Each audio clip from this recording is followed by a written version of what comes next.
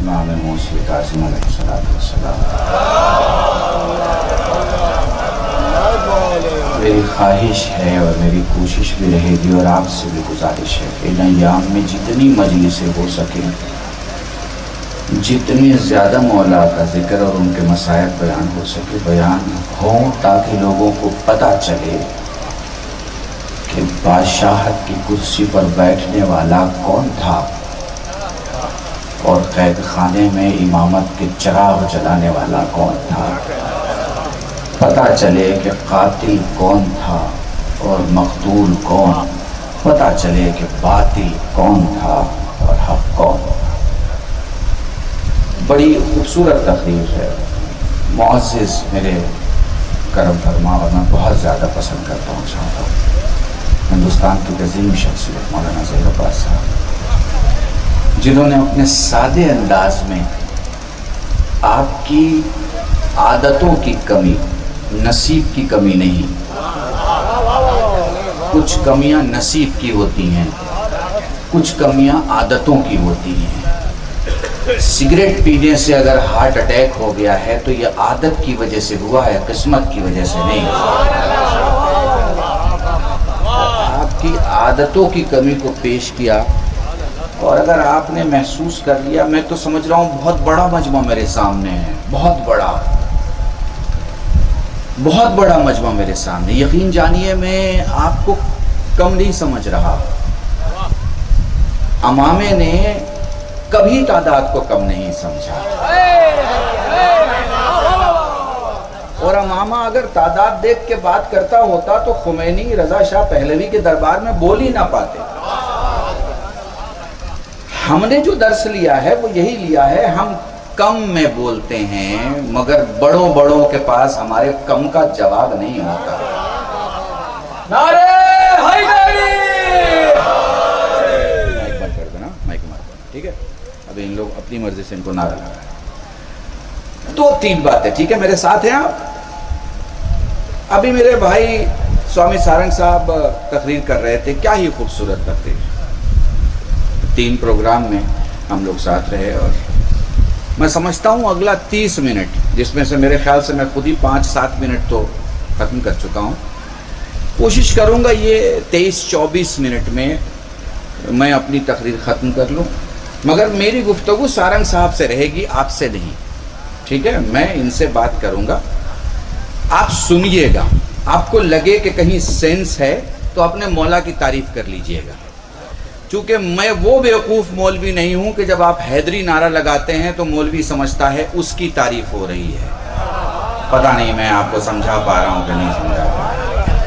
جب آپ اپنے مولا کی تعریف کرتے ہیں تو مولا کی ہوتی ہے، اور جب مولوی کی کرتے ہیں تو مولوی کی ہوتی ہے۔ تو مجھے پتہ ہے کہ شیعہ جب مجمع میں علی کا تذکرہ سنتا ہے تو وہ صرف مولا کی تعریف کرتا ہے، مولوی اپنی تعریف سمجھے تو یہ اس کی غلط فہمی ہے۔ میرے ساتھ رہیے گا، ایک چھوٹا سا موضوع لیتا ہوں، شعور اور شیعت۔ حسن بھائی پوری توجہ چاہیے، علماء کرام ہمارے جتنے یہاں موجود ہیں، شعور اور شیعت، گو کہ یہ 2 لفظ ہیں مگر دونوں کے معنی ایک ہیں۔ وہ شعور ہی کیا جہاں شیعت نہ ہو، اور وہ شیعت ہی کیا جہاں شعور نہ ہو۔ پوری توجہ۔ آپ لکھنؤ شہر میں، بہرحال جہاں خصوصیت آپ دیکھ رہے ہوں گے مجمع اور تعداد کے حساب سے، کچھ الگ چیزیں بھی دیکھتے ہوں گے جو آپ سوچتے ہوں گے کہ بھئی یہ مولا کا شیدائی اس گناہ میں کیسے، مولا کا شیدائی اس غلطی میں کیسے، مولا کا چاہنے والا ایسا کیسے۔ تو وہ ساری چیزیں ہم کوشش کریں گے کہ آپ کو ان 20-22 منٹ میں جو قلب رشید نے شیعت سمجھی ہے وہ سمجھیں، تاکہ جب آپ دوسری کہیں شیعوں میں تقریر کریں تو آپ ان الفاظ کا استعمال کریں جو شیعہ محسوس کر لیں کہ یہ واقعاً سوامی جی کی ریسرچ ہے۔ پوری توجہ۔ شعور ہمارے یہاں سب سے اہم ہے۔ ہمارے یہاں کسی کو اس لیے بالکل عزت نہیں دی جاتی اس لیے کہ اس کی عمر بڑی ہے، ہم اس بیس پہ نہیں چلتے۔ ہم اس بیس پہ چلتے ہیں کہ ہمارے یہاں اس کی عزت زیادہ ہے جس کے پاس علم زیادہ ہے. اس لیے آپ دیکھیں گے کہ بڑے بڑے ہمارے یہاں کے کسی چھوٹے کی تعظیم کو کھڑے ہو جاتے ہیں صرف اس لیے کہ اس کے پاس علم زیادہ ہے. اور یہ سلسلہ ہمارے یہاں ہمارے اماموں نے ہمیں سکھایا. فرماتے ہیں اپنے بچوں کو احترام کے ساتھ بلاؤ, انہیں عزت کے ساتھ بٹھاؤ اور تم خود ان کا احترام کرو. بڑے مختصر وقت میں میرے بھائیوں نے, بالخصوص حسن صاحب نے تو کمال کر دیا اپنی 6-7 منٹ کی تقریر میں, اپنی اپنی بات رکھی. میں ان کی طرف سے بھی ترجمانی کروں گا.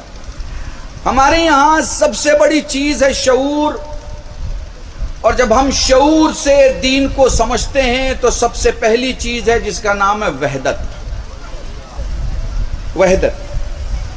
علم ادیان کے جاننے والے اس بات کو جانتے ہیں کہ کوئی دنیا میں دھرم ایسا نہیں ہے جو 2 ایشور کی بات کرتا.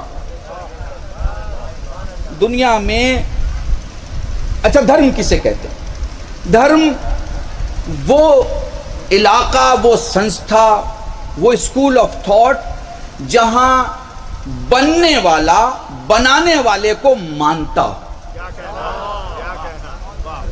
جہاں بننے والا بنانے والے کو مانتا ہو, اسی آستھا کو دھرم کہا جاتا ہے. ٹھیک ہے, بہت سادے جملے استعمال کروں. اس دھرم میں دنیا کے جتنے دھرم ہیں کسی میں 2 ایشور کی بات نہیں کی گئی ہے. ہر دھرم میں ایک کی بات کی گئی ہے. مگر ہمارے یہاں وہ ایک کیسا ہو اسے بیان کیا گیا. وہ ایک 2 کے پہلے والا ایک نہیں ہے. 2 کے پہلے والا ایک نہیں ہے. وہ ایک گنتی کا ایک نہیں ہے. وہ ایک پرسنٹیج کا 250-50 جمع کر دیے جائیں اس کا ایک نہیں ہے. تو پھر وہ کیسا ایک ہے؟ اب میں اپنی زبان استعمال کروں گا تو بات لمبی ہو جائے گی, اس لیے معصوم کو یہاں کوٹ کر رہا ہوں. سوال کیا, مولا میں نہیں مانتا کہ وہ ہے. مسکرا کے فرماتے ہیں تیرا نہیں ماننا ہی تو دلیل ہے کہ وہ ہے. تیرا نہیں ماننا ہی تو دلیل ہے کہ وہ ہے. اچھا پھر اس کے پہلے کون ہے؟ اگر وہ ایک ہے تو اس کے پہلے کون ہے؟ کہا تجھے گنتی آتی ہے؟ کہاں آتی ہے؟ کہا ذرا گنتی بول. اس نے کہا 1 2 3 4. آپ نے کہا ذرا پلٹ کے بول. اس نے کہا 4 3 2 1. آپ نے فرمایا ذرا اس کے آگے بول.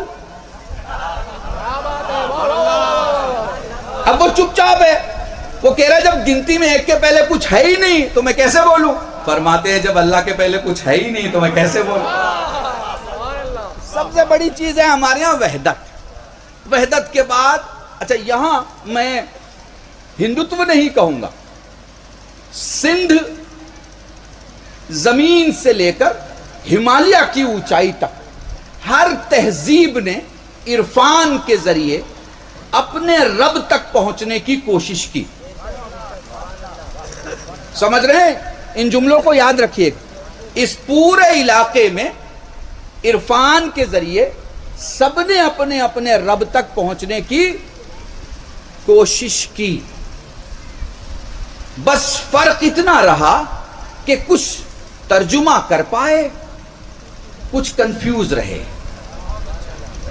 پتہ نہیں میں آپ کو کیسے سمجھا پاؤں, مگر سوامی جی سمجھ رہے ہوں گے. کچھ کنفیوز رہے, کچھ پر واضح رہا کہ ان کا رب کون ہے.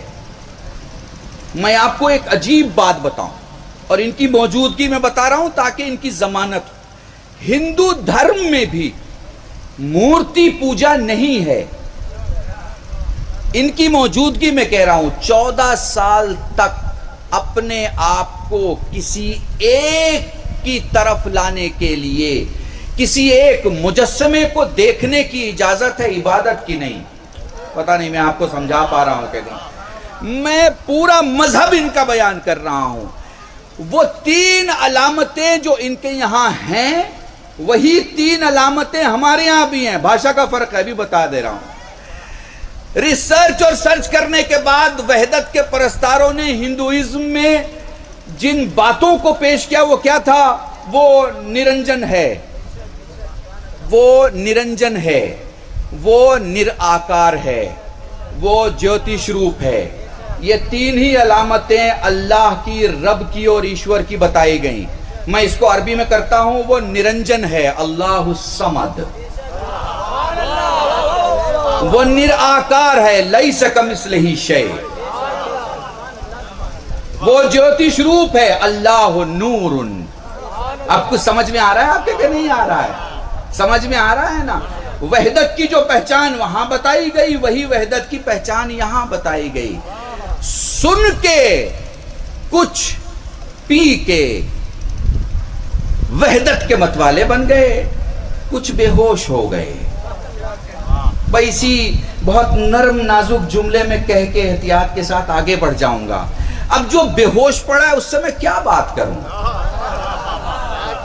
میں اس سے کیا کہوں کہ بھائی تو نے ہی کہا تھا کہ نرنجن ہے، تو پھر یہ تو نے کسی ایک مقام پہ رب کو قید کیسے کر دیا؟ تو نے ہی کہا تھا کہ نرآکار ہے، تو نے یہ آکار کیسے دے دیا؟ تو نے ہی کہا تھا کہ اس کی تصویر نہیں بنائی جا سکتی، تو پھر تو نے تصویر کیسے بنا دی؟ سمجھ رہا ہے میرا مجمع؟ تو اب مذہب سے اگر وحدت کو سمجھیں گے تو سب سے بہترین اور خوبصورت وحدت آپ کو میرے مولا نے سمجھا دی. وہ ہے، وہ ایک ہے. وحدت کے بعد سب سے بڑی چیز آپ کے یہاں کیا ہے؟ نبوت. مگر ہمارے یہاں وحدت عدل کے ساتھ ہے، یاد رکھیے گا. کیونکہ ہمارے یہاں خدا کی ذات کو ماننے کے بعد جو سب سے پہلی چیز ماننا ہے اس کا نام ہے عدل. عدل. اب یہاں میں ان تمام حنفی و مالکی و شافعی حنبلی میرے جتنے بھائی موجود ہیں، میں ان سے کہنا چاہوں گا جائیں آپ علماء سے سوال کریں کہ عدل کیوں بیان نہیں ہوتا؟ کیونکہ جہاں دین میں خدا ہی عادل نہیں، وہاں کوئی اور عدل کی بات کیسے ہو سکتی ہے؟ ٹھیک ہے. اب یہاں تھوڑا سا سوامی جی تھوڑا سا ڈیفرنس آف تھاٹ آ رہا ہے. وہ کیا آ رہا ہے؟ اب یہ کہاں سے ایڈ ہوا یہ آپ بتائیں گے مجھے. جہاں ایشوریہ سنستھا میں ایشور کو ماننے کے لیے سب اپنے اپنے خیموں سے باہر نکل کے ایک ہو گئے، مگر یہاں کسی نے کہا کہ منشیہ ایشوریہ سوروپ ہو سکتا ہے. یہاں ہم ٹھہر جاتے ہیں، یہی ہم رکتے ہیں. یہی ایمان اور شرک کی بحث ہے جسے 2 جملوں میں ختم کر دوں گا. ہم یہ مانتے ہیں کہ بلڈنگ کے اندر انجینئر کی انجینئرنگ دیکھی جا سکتی ہے، انجینئر نہیں دیکھا جا سکتا. ہم یہ مانتے ہیں کہ کوئی 10 منزلہ بلڈنگ بنی ہے تو اس بلڈنگ میں کسی کا آرٹ دیکھا جا سکتا ہے، کسی کے ہاتھوں کا کمال دیکھا جا سکتا ہے، کسی کے دماغ کا کمال دیکھا جا سکتا ہے. آرٹ اس بلڈنگ میں ضرور دیکھا جا سکتا ہے، مگر وہ آرٹ والا نہیں دیکھا جا سکتا. اس میں انسان دیکھا جا سکتا ہے، انسان کے کمال دیکھے جا سکتے ہیں. بات سمجھ میں آ رہی ہے؟ مگر اس بلڈنگ میں وہ انجینئر نہیں دیکھا جا سکتا. بالکل ایسے ہی انسان میں قدرت کے کمال دیکھے جا سکتے ہیں، خدا نہیں دیکھا جا سکتا. خدا نہیں دیکھا جا سکتا. یہاں پر ایک شے ہے. یہاں بہت سارے گرو، ہمارے ہندو گرو ایسے ہیں جن سے میری بات چیت ہوتی ہے، آپ بھی ہیں.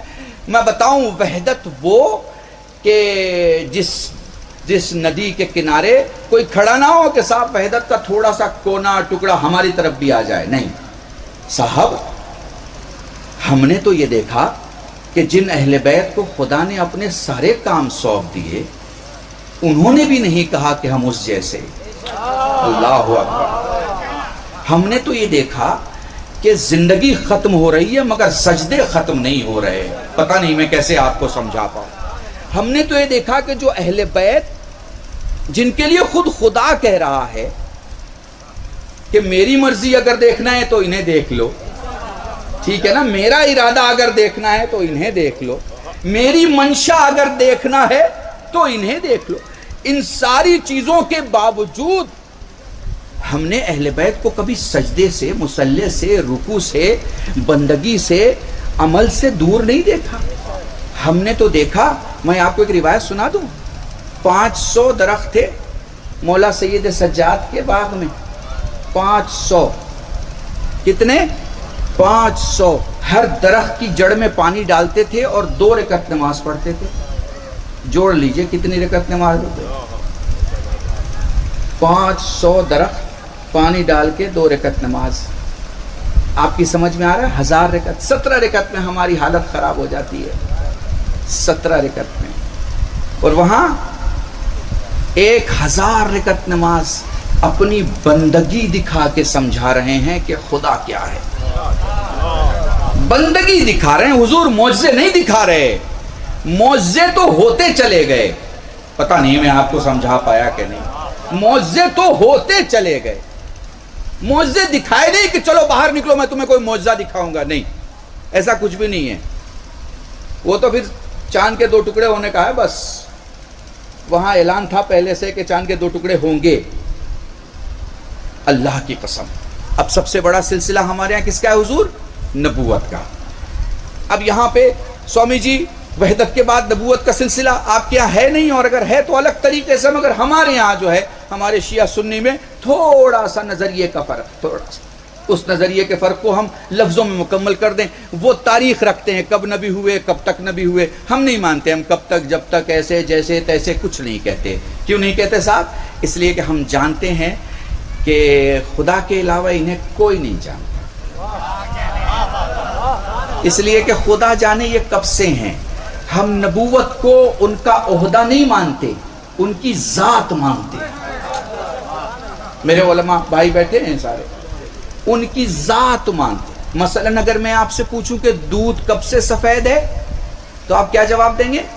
جب سے دودھ ہے تب سے سفید ہے.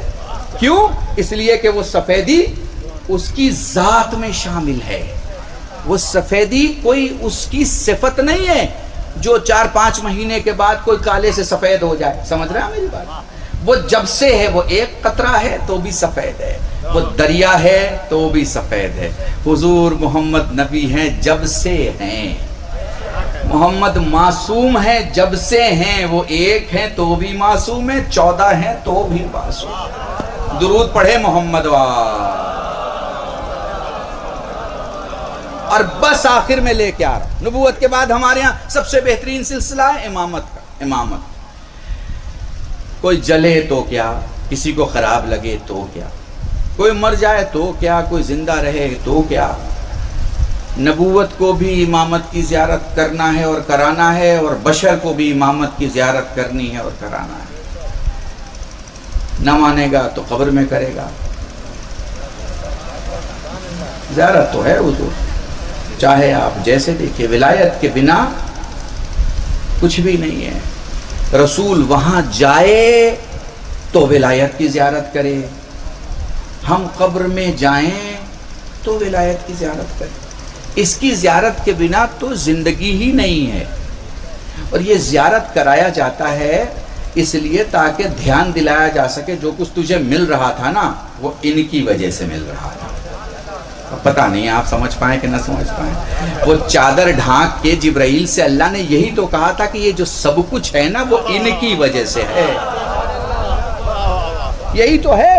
تو خالی جبرائیل کو ہی بتائے گا اللہ کیا؟ سب کو بتائے گا نا. تو کیسے بتائے گا؟ کہیں نہ کہیں قبر کے آنگن میں کسی کا چہرہ دکھا کے بولا جائے گا یہ جو کچھ تھا نا وہ ان کی وجہ سے تھا. جی اب میں یہیں سے اپنے معصوم امام کا تذکرہ کر کے اور ربط مسائل. اور حضور ہمارے یہاں جو امامت ہے یہی جو ابھی سوامی سارنگ نے کہا کہ حسینی ہونے کے لیے جو ایک شرط ہے وہ یہ کہ ماں شریف ہونی چاہیے.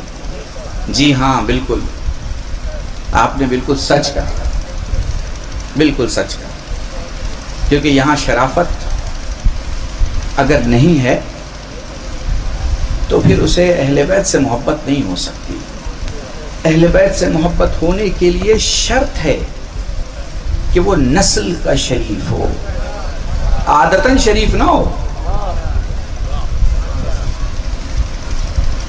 اصالتاً پہلے سے اجداد کے ٹائم سے شروع سے شریف ہو۔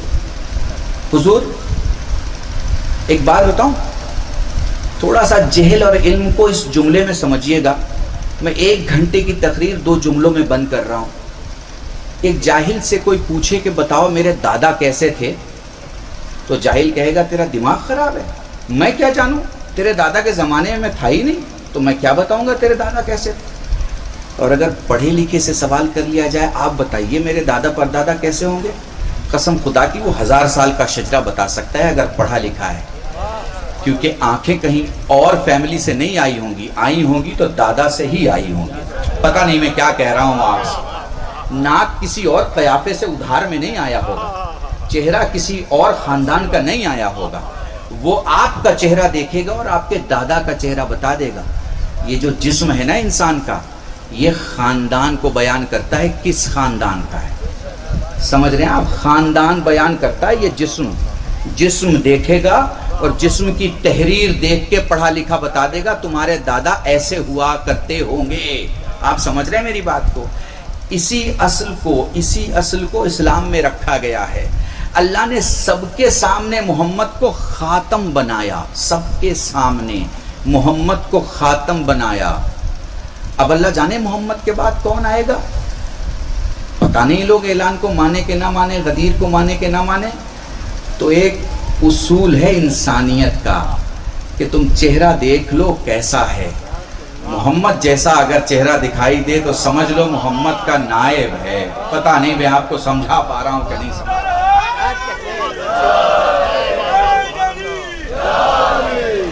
اللہ جانے میں اس بات کو پہنچا پایا کہ نہیں، بس آخری جملہ ختم کر رہا ہوں اپنی بات۔ چہرہ باقر کا ہے مگر چہرے پہ نقوش محمد کے ہیں، چہرہ عابد کا ہے مگر رنگ محمد کا ہے، چہرہ حسن کا ہے مگر رنگ محمد کا ہے۔ یہ سارے کے سارے چہرے محمد جیسے ہیں، بلکہ جملہ کہوں یہ سارے کے سارے محمد ہیں۔ اسی لیے تو کہا تھا من کنت مولا ہو فہذا علی مولا۔ بس آخری لطیف اشارہ اپنے بزرگ اور خطبہ کے لیے کیا کہا، تم میں سے میں جس کا مولا اس کے علی مولا۔ سنا ہے نا آپ نے، یہ سنا ہے نا، جس کا میں مولا۔ سارنگ بھائی سوچئے 1.25 لاکھ کا مجمع ہے، 1.25 لاکھ، کس زمانے میں 1.25 لاکھ کا؟ 1400 سال پہلے۔ نہیں ذرا میں میتھمیٹکس یہاں دو رہا ہوں دھرم کی۔ اس وقت بھارت کی آبادی 125 کروڑ، 70 سال پہلے بھارت کی آبادی 47 کروڑ۔ 100 سال پہلے سوچ لیجئے، 200 سال پہلے سوچ لیجئے، 500 سال پہلے سوچ لیجئے، 1000 سال پہلے سوچ لیجئے، 1400 سال پہلے بھارت کی آبادی سوچ لیجئے۔ اس زمانے میں عرب کی کیا رہی ہوگی سوچ لیجئے۔ اس کے بعد سوچئے 1.25 لاکھ کا مجمع، اس کے بعد سوچئے 1.25 لاکھ کا مجمع، اور وہ بھی 1.25 لاکھ کا امیر مسلمانوں کا مجمع، غریب کا نہیں، کیونکہ یہ حج سے واپس آ رہے تھے، اور حج امیروں پہ ہوتا ہے، غریبوں پہ نہیں ہوتا۔ یہ 1.25 لاکھ امیر مسلمانوں کے مجمع میں کیا کہہ رہے ہیں، جس کا میں مولا۔ اچھا ایک بات بتاؤ، یہ جس ابھی سمجھاتا ہوں، کیا ایسا آپ نے دیکھا ہے کہ ایک باپ کے 8 بچے ہوں اور وہ وصیت میں یہ لکھے کہ میں تم میں سے جس کا باپ ہوں؟ سنو میری بات، کیا ایسی کوئی وصیت دیکھی ہے آپ نے جہاں ایک باپ کی 8 بچے ہوں اور وہ یہ کہے تم میں سے میں جس کا باپ ہوں؟ نہیں نا۔ کیوں؟ اس لیے کہ اسے یقین ہے کہ وہ سب کا باپ ہے، اس لیے وہ جس کا لفظ استعمال نہیں کرتا۔ مگر محمد جیسا اگر جس کا لفظ استعمال کر رہا ہے تو وہ تعداد نہیں دیکھ رہا، آنکھوں میں دیکھ رہا ہے۔ اور جن کی آنکھوں میں محمد کو محمد کا چہرہ دکھائی دیا، انہیں دیکھ کے کہا کہ میں تم میں سے جس کا مولا ہوں، اس کے علی مولا ہیں۔ اب سمجھ میں آئی آپ کے بات؟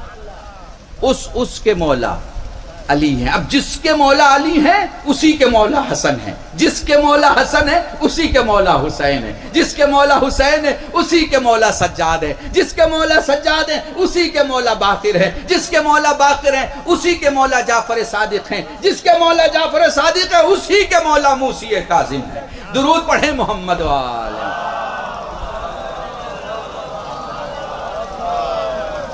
بس وقت نہیں بچا, میں اور کچھ پڑھنا چاہ رہا تھا مگر وہ زیادہ ہو جائے گا وقت, اس لیے میں یہی ختم کر رہا ہوں. اسی کے موسی کاظم ہے. موسی کاظم ایک ایسا امام, میں نے کہا نا انہوں نے معجزات دکھائے نہیں, معجزات ہو گئے. بادشاہوں نے ان کے خلاف جو سازشیں رچی, کبھی ان کی خاموشی معجزہ بن گئی, کبھی ان کا بولنا معجزہ بن گیا, کبھی ان کا گھر سے نکلنا معجزہ بن گیا, کبھی ان کا کہیں ابا بچھانا معجزہ بن گیا, کبھی ان کا کہیں بیٹھ کے کھانا معجزہ بن گیا, کبھی ان کا جھوٹا چھوڑنا معجزہ بن گیا, کبھی ان کی دعا معجزہ بن گئی, کبھی ان کا استغاثہ معجزہ بن گیا, کبھی ان کا رونا معجزہ بن گیا. یہ ان کا عمل ہوتا رہا اور معجزے ہوتے رہے. اللہ کی قسم, چاہنے والا ہے قید خانے سے چھڑا کے لے کے جاتا ہے, دوسری جگہ رکھتا ہے. واقعہ سنا ہوا ہے نا آپ کا, جلدی سے ختم کر رہا ہوں چونکہ جس امام کی تاریخ کے حوالے سے یہ مجلس رکھی ہے, یہ ناانصافی ہوگی کہ میں تذکرہ نہ کروں اس امام کا. وہ آیا دوسرے دن یہ سوچ کے کہ امام خوش ہوں گے کہ مجھے بہت اچھی جگہ ٹرانسفر کیا ہے. فرماتے تو کیوں لے آیا مجھے یہاں پہ؟ کہا مولا آسانی کے لیے. وہاں تو کھڑے ہوتے تھے تو سر ٹکراتا تھا, اتنی چھوٹی جگہ تھی کہ پاؤں پھیلا کر بیٹھ نہیں سکتے تھے, اتنی کمزوری, ایسے حالات میں آپ کو لایا اس لیے. کہا پھر یہ جو میوزک کی آوازیں آ رہی ہیں, جو موسیقی کی آواز آ رہی ہے, انہیں بند کرا سکتا؟ کہا مولا یہ تو نہیں کر سکتا, میں قید خانے سے یہاں لا سکتا تھا آپ کو. کہا پھر جب تو اسے یہاں بند نہیں کر سکتا تو اس میوزک کی آواز کی تکلیف اس زندان کی آواز کی تکلیف سے کہیں زیادہ میں نے پیش کر دیا آپ کے سامنے. جاگو جاگو جاگو. موسی کاظم کیا بتا رہے ہیں. بادشاہ چار بادشاہوں کا زمانہ ہے, 14 سال قید خانے میں رہے. آپ دیکھیں 14 سال. اور حکومت نے کیا پلان کیا؟ حکومت نے پلان یہ کیا, اس زمانے میں بریجز پہ, پلوں پہ بتیاں نہیں ہوا کرتی تھی, روشن دان بھی زیادہ نہیں ہوا کرتا تھا, چراغ نہیں ہوا کرتے, پل اندھیرا ہوا کرتا تھا. تو پل پہ کیوں رکھا؟ آپ کو پتہ ہے پل پہ کیوں رکھا؟ یہ حکومت کی سازش تھی.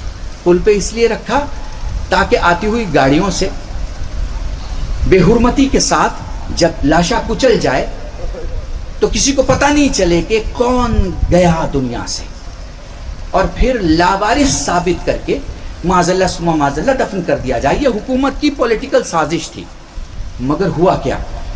داہنی طرف کی سواریاں بائیں طرف اور بائیں طرف کی سواریاں داہنی طرف, یہ ساری سواریاں شام سے, جب سے وہ لاشا رکھا گیا تب سے یہ ساری سواریوں کے جانور خود بخود ٹھہر گئے. اب جو لوگ سواری پہ بیٹھے ہیں انہوں نے اپنے جانور کو مارنا شروع کیا, لیکن جانور آگے نہیں بڑھ رہے. تو دونوں طرف سے, جسے آپ انگلش میں کہیے ٹریفک جام ہو گیا. یہ ساری سواریاں آ کے ایک جگہ ٹھہر گئیں. سواریوں سے لوگ اترے, لوگوں نے چل کے دیکھنا شروع کیا. صبح کے وقت لوگوں نے یہ محسوس کیا پل لوگوں سے بھرا ہوا ہے, اور دیکھا یہ کون ہے کہ جنہیں جانور پہچان رہا ہے. یہ کون ہے جنہیں جانور پہچان رہا ہے؟ معلوم ہو کہ یہ تو موسی کاظم ہے. اب وہاں سے میت اٹھی. دیکھیے اللہ کے قانون, اللہ کی وحدت, اللہ کے نام, اللہ کی ذات, اللہ کے دین کو جو بلند کرنے میں اپنی زندگی قربان کر دیتا ہے. دیکھیے اجنبیوں میں بھی اس کا لاشا کتنی عزت سے خدا اٹھواتا ہے. محسوس کیجیے آپ اسے. اور پھر انہی لوگوں نے اٹھایا, اور شاید میرا مولا پلٹ کے کہہ رہا ہوگا, پلٹ کے کہہ رہا ہوگا, بادشاہت ختم ہو گئی مگر امامت کے نور کو نہیں بجھا سکی. میں نے بڑے آرام سے مولا کی میت تک آپ کو پہنچا دیا.